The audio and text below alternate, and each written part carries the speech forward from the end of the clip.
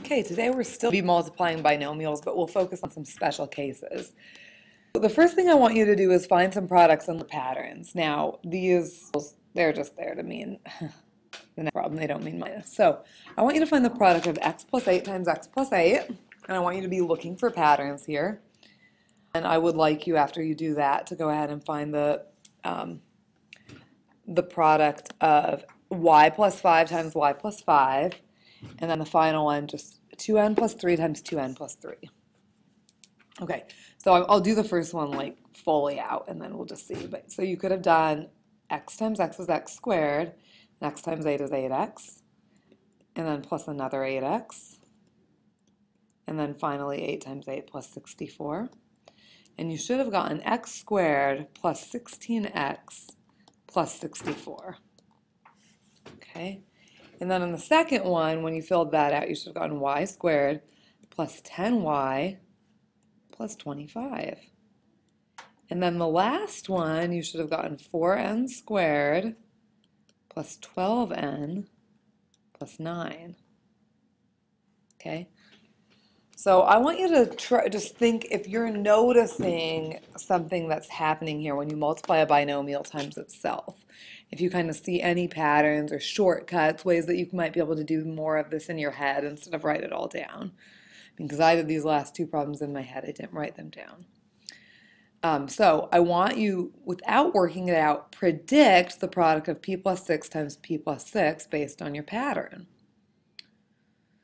Okay, and what I happen to see is that there was all three terms, and that this first term was just this number squared, or the first number squared.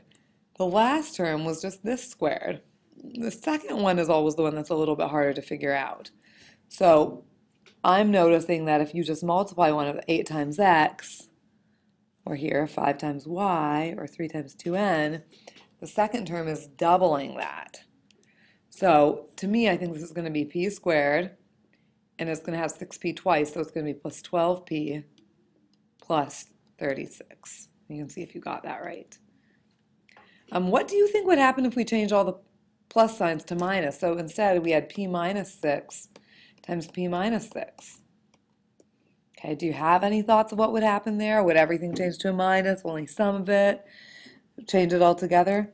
It might be helpful if you work it out and just kind of see what's happening here. So we're going to get p squared minus 6p minus 6p, so minus 12p. And negative 6 times a negative 6 is plus 36. So it looks very similar to that. The only thing that's different is this sign right there. Sorry, my writing is a little off today.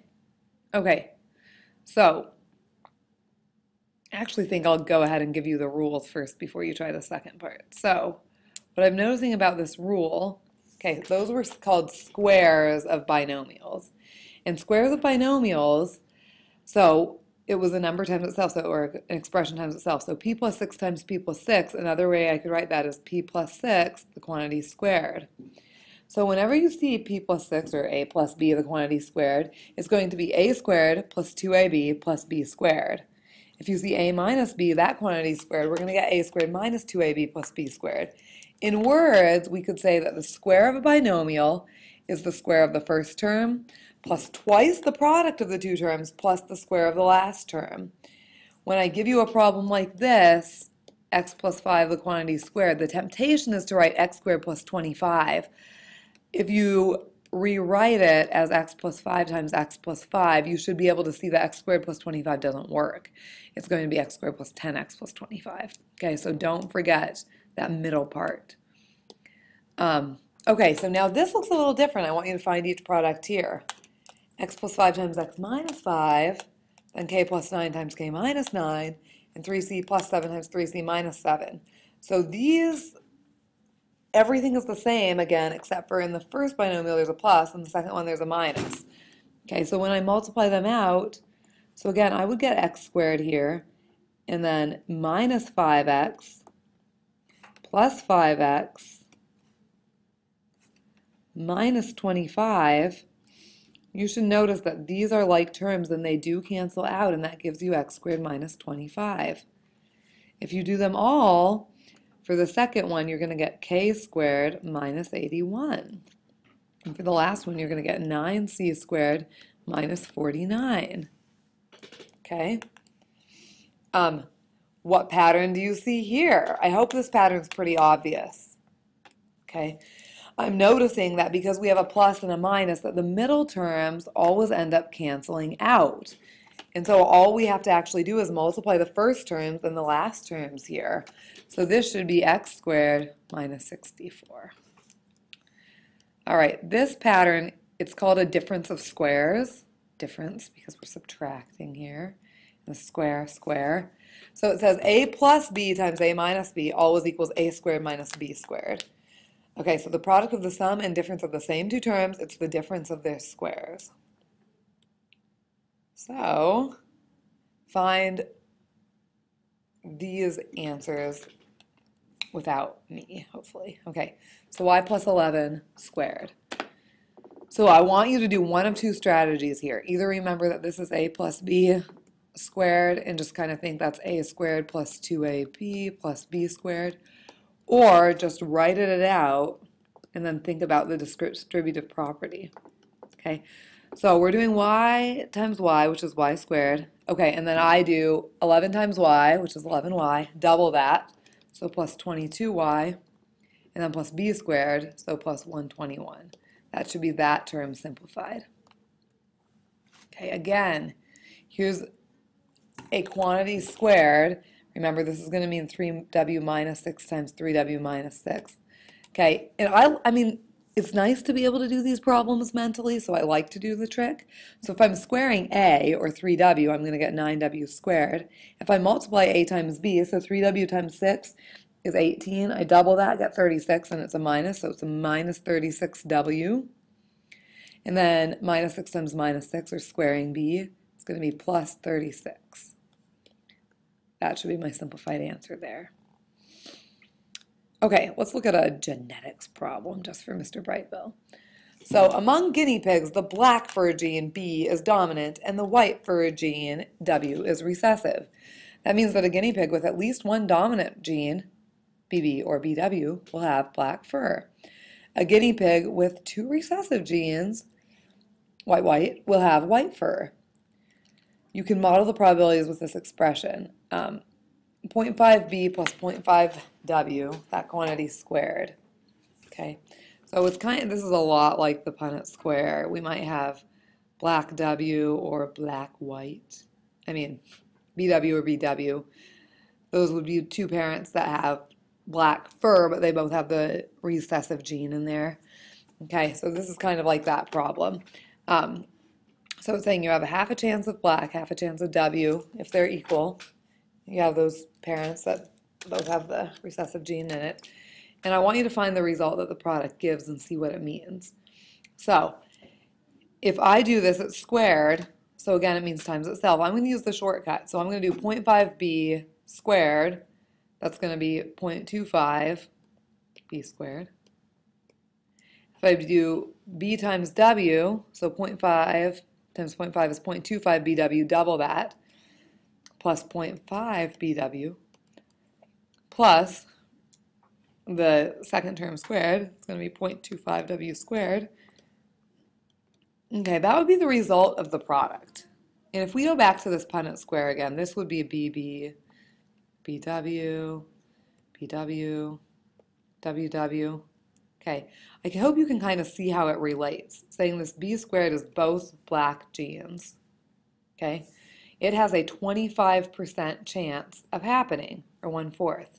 One black and one white, that's like this and this. If you check out here, the coefficient of that, the 0.5, that means it has a 50% chance of occurring. And then the final one, WW, you check out that, W squared, white, that means it also has a 25% chance of happening. Okay, so that's science and math integrated. All right, this is a fun part, especially if you like to try to do things mentally. And I want you to learn how you can find each result using mental math, but obviously I'm going to have to show you what I'm doing because I can't just show you everything mentally. So if I ask you to do 81 squared without writing anything down, or 59 squared without writing anything down, I'm hoping you could have a little bit of a good strategy.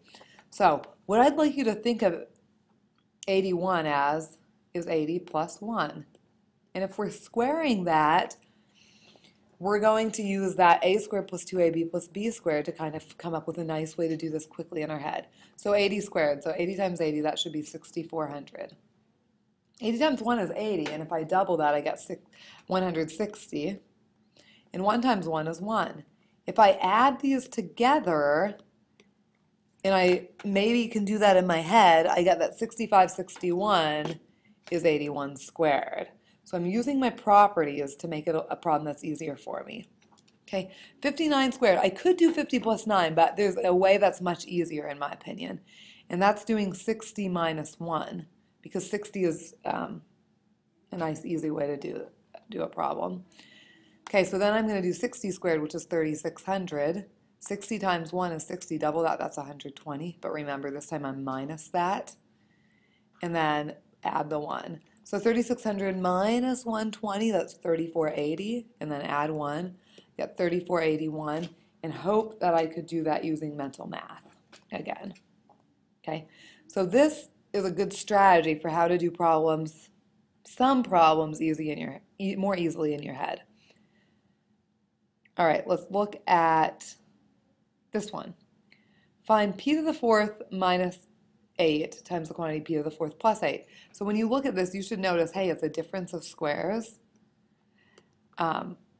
These are going to cancel out. This is the pattern of it. The middle terms will cancel out. So p to the fourth times p to the fourth is p to the eighth.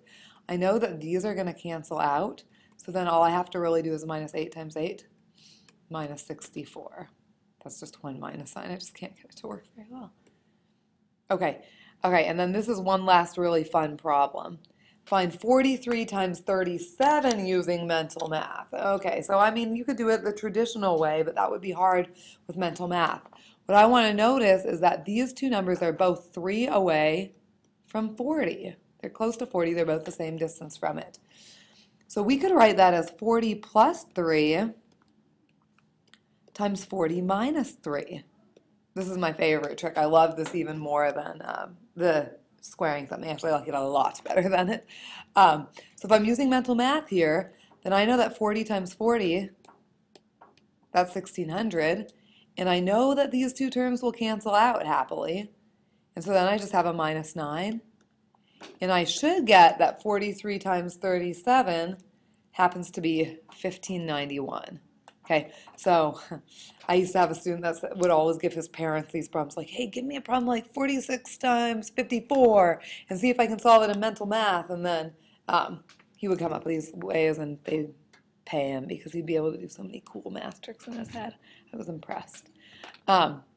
Okay, so what I want you to try to think of is, why might this be useful? What are the advantages of using these patterns to find the difference of squares and to square a binomial? Why might that be better in some cases instead of using FOIL or straight working out all the stuff with the distributive property? Why might it be nice to just be able to look for these patterns and know some of the rules? Okay, think about it, and I'll see you in class tomorrow.